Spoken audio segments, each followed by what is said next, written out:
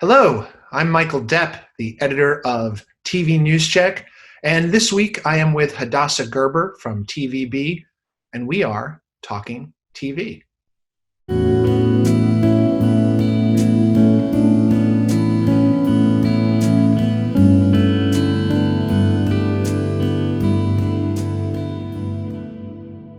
Welcome, Hadassah Gerber. You are the Chief Research Officer from TVB. You are most welcome here today at Talking TV. Thanks for being with me. Thank you. Glad to be here. So, Hadassah, TVB recently released results of its annual media comparison research study, which is why we're talking today. What's your base sample here, and what media platforms were you measuring with this? Okay, so the base sample, we had 2,000, a little bit over 2,000 English-speaking panelists, 18 years of age, and we augmented this with 157 Spanish-speaking Hispanics of 18 plus years of age. So it was a national survey, and I actually should point out that once upon a time, GFK, who did the survey for us, used to have a syndicated service where they would measure all the same platforms that we're measuring, and they stopped it. So we kind of picked it up because, as far as I know, there's no one else doing television and radio as well as print, newspapers and magazines. We had 20 plus different platforms. So we digital, we had email, and digital newspapers and magazines. And this year, we also had podcasts as well as social media. And this year, we broke out those who stream on a television screen with advertising programs, television programs, or movies, and those who stream without advertising. And we did the same thing for the digital platforms as well, those who stream programs on digital media with ads, and those who stream programs and movies on digital media without ads, as well as those who stream video other than TV programs on digital media, and that's the YouTubes of the world and those who only do digital content. Okay, so from everything we're hearing, especially since the onset of the pandemic, streaming seems poised to lead here, but you found that it wasn't streaming with the highest reach. What was? Well, television had the highest reach. And, there's two sides to this coin. One is the reach, and one is the time spent, because they filled out based on each of the day parts. But if they had even put in 1 minute against any of these platforms, they're included in the reach number. So the real measurement of engagement is how much time they're also willing to spend with them. What we found on the reach is that television had the highest reach at 80%, and broadcast TV by itself had a reach of 79%, as opposed to cable, which had a reach of 57%. So you could see there's a lot of duplication that's going on here. Mm-hmm. Broadcast is covering obviously most of cable television audiences, because cable only increases the reach by 1%. And we also found that those streaming video on other than TV programs and digital media was like close to 40%, and those streaming with ads and without ads were now at 38% and 34%, those without ads. So it did pick up the reach of a lot of streaming that was happening. It just really didn't match that of television. And this is a one-day reach. We asked them to fill out what they did yesterday. Mm-hmm. But I think it's important to note that there is a lot of duplication. It's not as though someone is only streaming and they're not doing anything else. Because by breaking out between those who stream with advertising and those who stream without advertising, we found something very interesting. Those who stream without advertising obviously can't be reached by advertisers because there's no advertising there. But they can be reached, we found, with broadcast assets. And you have to keep in mind, broadcast assets is not only linear TV, it's also digital. And overall, those streamers of programs on devices without ads, without any ads, could be reached by 83% of broadcast TV by itself. And if you combine that with the broadcast websites and apps, it's 88%. And for car buyers, that combination number went up to 95%.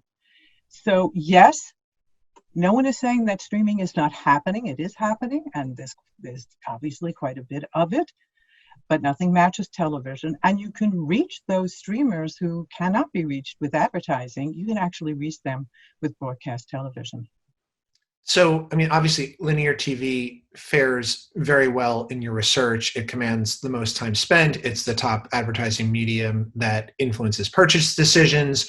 It's the primary source for news, whether sports, local, and otherwise, and it's the most trusted platform. I mean, so if you look at all these findings as a local broadcaster, you know, if I'm a local broadcaster, I see no clouds on the horizon line, but things are not so simply sunny as that, are they? Oh, we're not saying that there's no clouds. We're not saying that there's no competition. But sometimes the way things are covered, it goes to the other extreme. You have all of these shiny new objects, and then everybody's focusing on them, and they don't realize that the tried and true is really serving them very well, that television continues to be strong in this environment, especially when you look at the time spent. The amount of time that's spent with television is far greater than any of the other platforms. And yes, people are using social media, and we're not saying they're not using social media, but they're spending about a fifth of the time with social media as they are for broadcast. Plus, they may use social media, and we found this consistently throughout the years in many studies that we have done. They may be using social media, but that they don't necessarily trust the news that they see or hear on social media. In fact, social media is the least trusted. So we don't have our heads in the sand saying that there is no other media, there's no growth with these other platforms.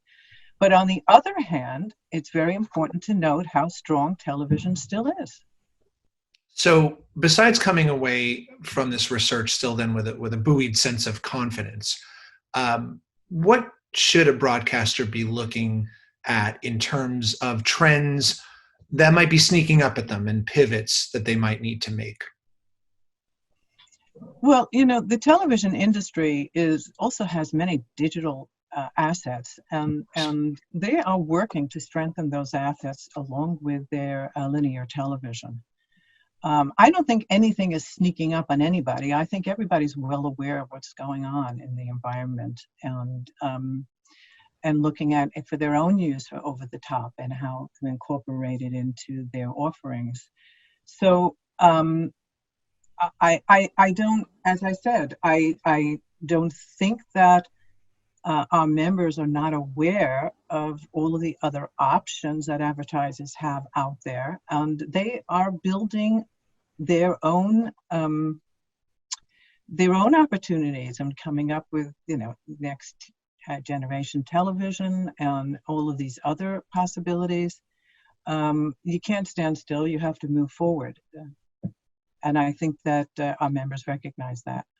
All right. Well, Hadassah, thank you so much for sharing this some of the results from this research with us today. Next up, I have with me Harry Jessel, the editor-at-large of TV News Check, and he and I are going to be talking about the problem with dividends as well as the outlook for sports rights. So he's up next.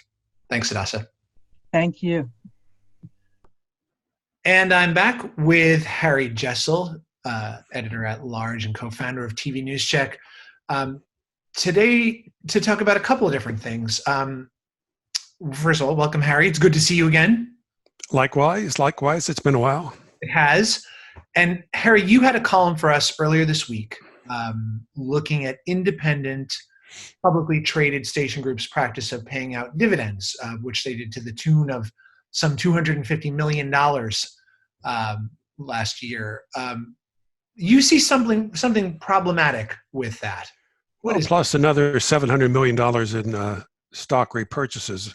right? But before we get into that, let me just say that the broadcast stocks are currently doing very, very well. And the last thing they're going to do is fool around with these dividends and upset anybody on Wall Street. Nexstar is at 150, which is 3 times what it was selling for at its low during the early days of the pandemic, and probably $20 higher than its all-time high. The other groups are doing well too. There's good reason for that. They're going to show great growth in ads in the second and third quarter because their second and third quarter last year were so poor. Right. So the numbers are going to be huge. And that does, and I think everybody's waiting for the car business to come back, and when it does, and I think it will, the broadcasters are going to be a big beneficiary of that. So it's a good time, and maybe this is maybe that in good times is when you should invest. The point of my column was that these dividends and buybacks are meant to boost the stock and make your shareholders happy, but I think they can do long-term damage to your business, especially one like broadcasting, which is in a television business, very dynamic, very competitive. They should be taking any extra dollars and putting it in their basic product, which is news, and in their basic technology, I think, which is 3.0, ATSC 3.0, to make improvements on those things. If they don't, they're sort of hobbling themselves from the future, I think. Well, let's break that down. Let's start with ATSC3 Next Gen TV. Why that first? Well, it's a little bit tough because nobody has come up with a business plan for it. Yeah. But it has great potential. Let me run down the list. Everybody knows these: mobile broadcasting, expanded multicasting, improved pictures, improved audio. So, and addressable targeted advertising. Right. All these things would be great if they can sort of figure out how to make businesses out of some of these things. But fundamentally, they have to have a really good signal. So when people take a TV set out of the box in the future, you turn it on and you can get broadcast signals. We're a long way away from that moment. Right. And I think that's what the investment would do. Mm-hmm. Build this system out, build out the single frequency networks to go with it, with the improved standard. So make sure blanket coverage, great quality broadcasting always. Okay, so that's ATSC3. Let's dig a little further into your argument for investment on the local news side. Well, that goes almost without saying. It's what they are. It's the only thing that they own. Everything else is they're beholden to syndicators and the networks, and the networks are proving to be weaker and weaker partners as the years go by. They're more interested in streaming right now. Okay, so let's target it though. What areas of local news? Well, okay. So, well, anything other than accidents and fires and crime. How about some more business reporting, more public affairs? And the one that really kills me is sports. Here in Pittsburgh, I have to subscribe to the Pittsburgh Post-Gazette and a premium pay website to read as much as I want to about the sports teams here. And I think this is true in a lot of markets. You cannot rely on the broadcaster either over the air or on their websites to give you the big conversation that goes around the scores. Anybody you can get the scores anywhere. So I see why TV stations don't give time to sports in their newscasts anymore, because it's the rankings and the trades and the scores. But there's always a conversation that goes on around sports, and broadcasters are no longer part of that conversation. It's a lost opportunity. I said in the column that with the advent of sports gambling, all this attention and all the advertising that comes from that, right, that now maybe that'll be the incentive to put these guys back in the sports business, which has been marginalized over the last 2 decades, really. They're getting out of it. And it's a huge growth category, maybe the biggest in spot as we've discussed. Right now, yeah, that's all we heard during the earnings calls this quarter. Pretty much everyone. So, but also we have other areas, obviously, of news that could be reinvested in. Newspapers have given up a lot of ground as they have collapsed. Essentially, there are a lot of areas that are just simply not being covered adequately. Well, yeah. I mean, obviously, public affairs and the politics, local politics, and the gossip and the intrigue and the occasional scandals go around politics. They have to be on that. Why not? It almost goes without saying that the newsrooms of America TV newsrooms are underfunded, and take some of this money that they're doling out to the pensioners and the widows, and give it to their own people in their own newsrooms. How's that? Well, let's see if anybody listens, Harry, to that. We'll see. Hey, they're trading on $150. Why would they listen to me? Exactly. Well, I want to pivot because that's the news. Just recently, the NHL has closed a deal with Disney for rights for the next 7 years for ESPN and ABC for the games, which sort of occasions a look ahead as sports rights negotiations are going on this year. We're starting to see some signals that behind the scenes, the networks are getting close to a deal or closer to a deal with the NFL. And it looks like a streaming service, namely Amazon, isn't going to upend the whole table as it might have for the networks here. But nevertheless, from what we're starting to see, things are likely to be different. How so? Well, again, the important thing is fundamentally it's going to be the same. You're going to CBS, Fox, NBC, Sunday packages. This is a good thing. Stability, 10 years. That's all a very good thing. But again, the devil is in the details, and we haven't seen any of the details yet. These announcements have not been made. They're talking about doubling the rights fees. So first of all, somebody has to pay for all that, right? If they're going to double that, double all the fees, the TV rights fees, the network's going to have to come up with a lot of extra dollars. And a lot of that, I think, is going to come out of the pockets of affiliates, which means a more of a drain on the retransmission consent revenue that the broadcasters collect. So net retrans, that's retrans minus reverse comp, that's the key metric here. I think that's going to be under, as they pay more out to the networks for this football over the years, that net retrans is not going to be the big growth engine that it has been over the last 15 years. So that's sort of the good news, bad news. And there are these other details. How many games are the affiliates going to get? Are they going to get, I presume they're going to get the local games, the regional games, as they always have. But those extra games, are they going to get all that they used to get? Are some of those games going to be also available on non-exclusive? Are they going to stream them on, let's say, Peacock or Paramount Plus or even Tubi? I guess Fox has that option. Right. So are the broadcasters going to be competing with the streamers in this business? To a certain extent, they are. On Thursday night, as I think you mentioned, Amazon picked up Thursday night, or is reported to, they're reported that they're going to pick up Thursday night. But in addition to that, what are the other simulcasts that Amazon or somebody else or Peacock or Paramount get here? And all that sort of, at the same time, affiliates are being asked to pay more for the NFL rights. They're losing exclusivity to the product. It doesn't seem fair. So that's the big downside we have to watch for. The broadcasters have to watch for. Yeah, and all these details obviously are yet to come out, and they will in the coming weeks or months. I guess we'll find out. But regardless, we are likely to be in something of a transition decade, I guess, with the next in this next period. I mean, how do you see that looking? And what should broadcasters be preparing for in that period of time?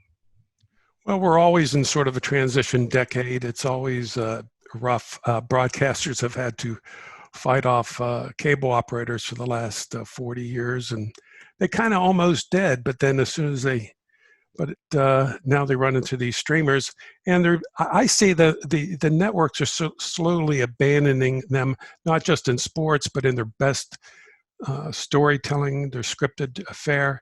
It's going to the streamers first and the broadcasters second. So it's going to be a challenging decade for broadcasters. But I keep coming back. The news is what they have.